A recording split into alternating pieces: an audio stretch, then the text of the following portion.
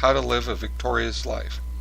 By exercising our sonship rights, we will stand in front of the throne of the one true God and receive our crowns for competing faithfully.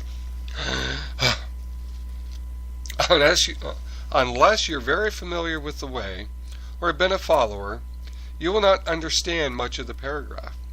It would take at least 5 pages to explain it all. You may recognize it as English, but after that, you may be lost. Jargon embodies the beliefs of the group. It becomes ultimate terms of either good or evil. The language can also be used to avoid doubts and evade questions. How? If a member is in conversation with an outsider, begins to doubt, he will start to close down communication. In his mind, or even out loud, he may start to use the language to drown out his doubts or to discredit critics. If outsiders would criticize me or the teachings of the way, I would think that they were possessed by devil spirits. By labeling them evil, I could dismiss what they said as evil.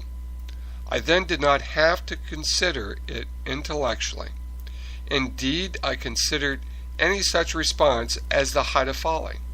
For the adversary was well known to have won as converts foolhardy people who had sought to refute his lies, becoming ensnared in them instead. Therefore, I stopped my ears, convinced that it was not the person talking, it was the devil spirit. Since the spirit wanted me to doubt the group and leave, I had to take precautions. This is why members in the company of those outside the group are perceived to be in a trance-like state. In a sense, they are. They are functioning in the reality the group has created. They may appear to be their old selves until the stress of confrontation causes them to beginning in the cult terms. If you want to communicate effectively with a cult member, you will need to educate yourself in the beliefs and doctrines of the group. Otherwise, you will not be on the same page when speaking with a member, and you will become frustrated. Often think of the Abbott and Costello baseball routine.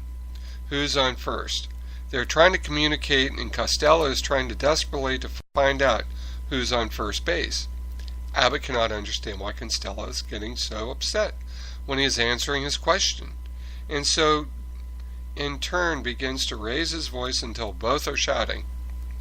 The same situation is played out with very different results when you start to argue with a cult member. It does not take much for them to tune you out, so confrontation needs to be avoided. By learning their beliefs, you will learn to avoid sensitive subjects that end up in arguments, withdrawal, and alienation. Avoiding buzzwords which cause them to start thinking in cult terms will help in keeping lines of communication open.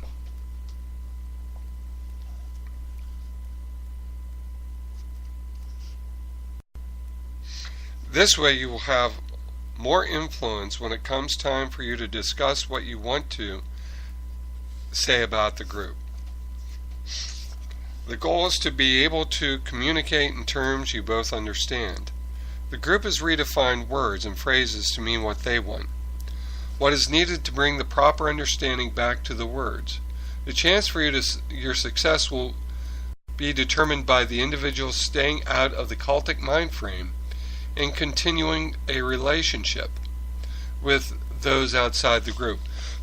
I just want to add here, that's the reason when you're talking with an individual, trying to get them to see the other side, to see another point of view, it's very important, if you can, to have somebody that's been in a group. I say it's akin to somebody that's has been a drug addict or is a drug addict, and you bring a former addict in, because that former addict knows where that person's living, they know what they're thinking, they know what they're trying to do. I have a friend of mine, we went into the prison ministry, and the individual told me that, she warned me, she said, it's not if an inmate's going to manipulate you, it's when. So we want to make sure that that when never happens when you're talking with an individual in a group. And like I say, the best way to do that is to make sure you have somebody there that speaks the language, that know how they think, or that you know how they think and what their beliefs are. Another point is the fear that the cult member faces of becoming evil and ultimately being destroyed if he strays too far from the truth.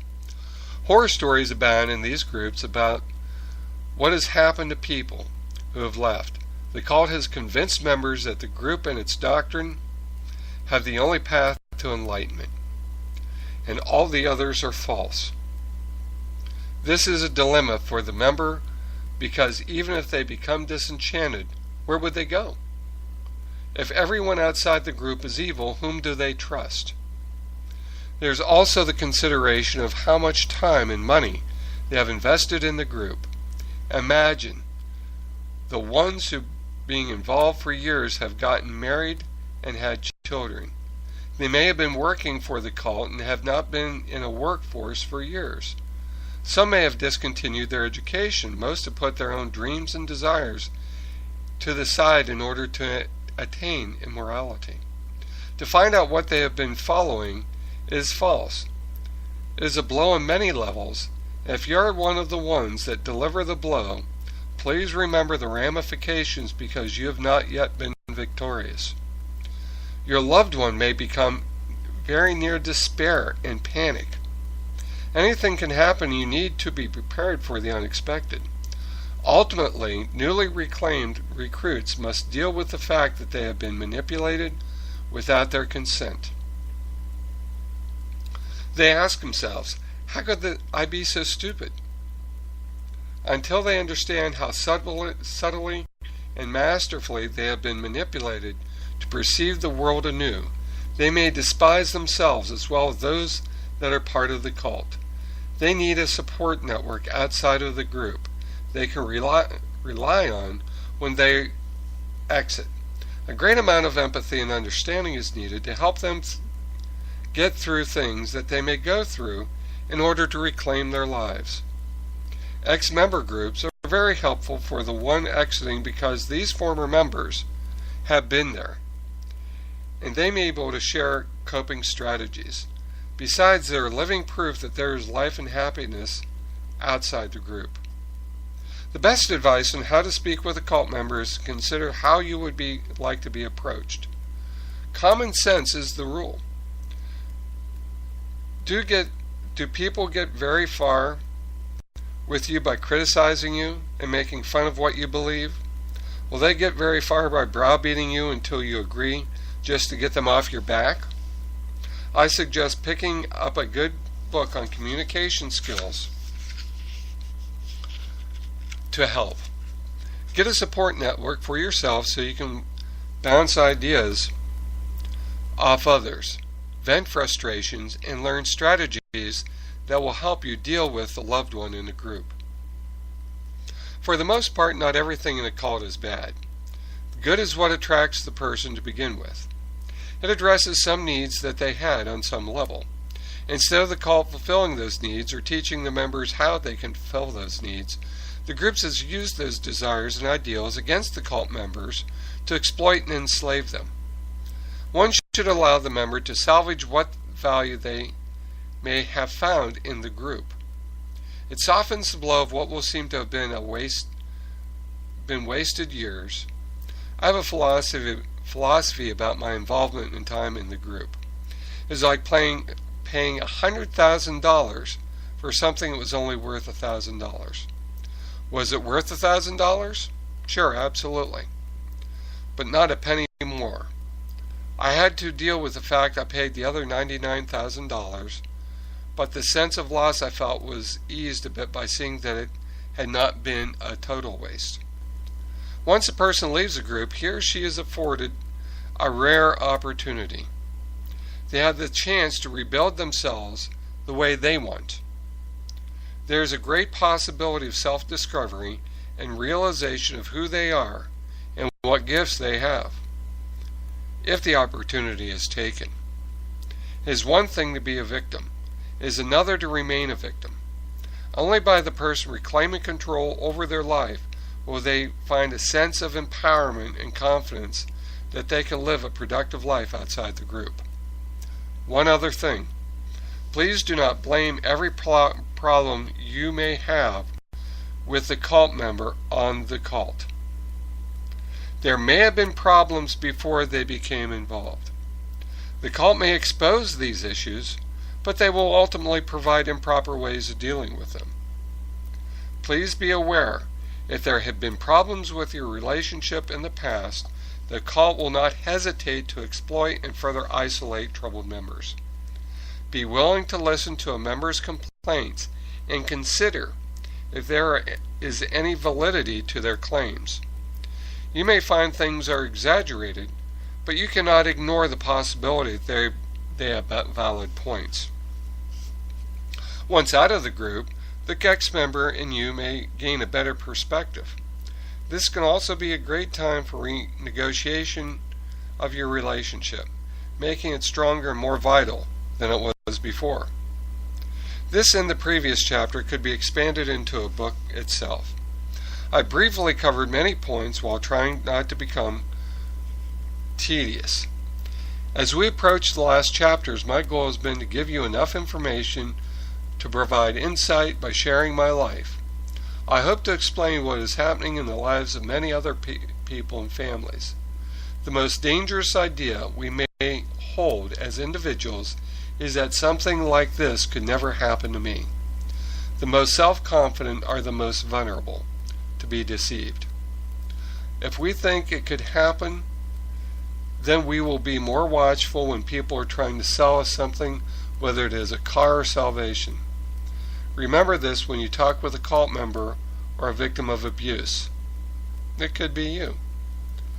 How would you like to be treated if you were in their shoes? Well, ladies and gentlemen, that's the end of chapter 14. Now we're going to go into chapter 15, which is Islands of Isolation in a Sea of Democracy. Now, I actually went over this in the first broadcast of this book before we jumped into it, but I want to circle back around to it as well as getting into the last chapter 16, because these are valid points and they're very important to understand, especially in this day and time. So chapter 15, Islands of Isolation in a Sea of Democracy. And the quote is, all animals are equal, but some animals are more equal than others. And that's a quote from the Animal Farm by George Orwell. You know, the Constitution of the United States draws a line between church and state. The Founding Fathers drew that line for a specific reason. They had learned from history that a government of the people, by the people, and for the people should also protect the people. Many early immigrants came to this country to escape religious persecution resulting from the government utilizing particular religious institutions to manipulate, suppress, and control its people. They did not want a repetition of past persecutions, so they formed a government that was to be neutral to all religions. For this reason, our many religious organizations in the United States today are all afforded the protection of the Constitution. However, what happens when some of these organizations abuse their rights and deny others their freedoms? What happens when children are denied medicine or medical attention because their parents believe their holy book tells them that such actions are their right?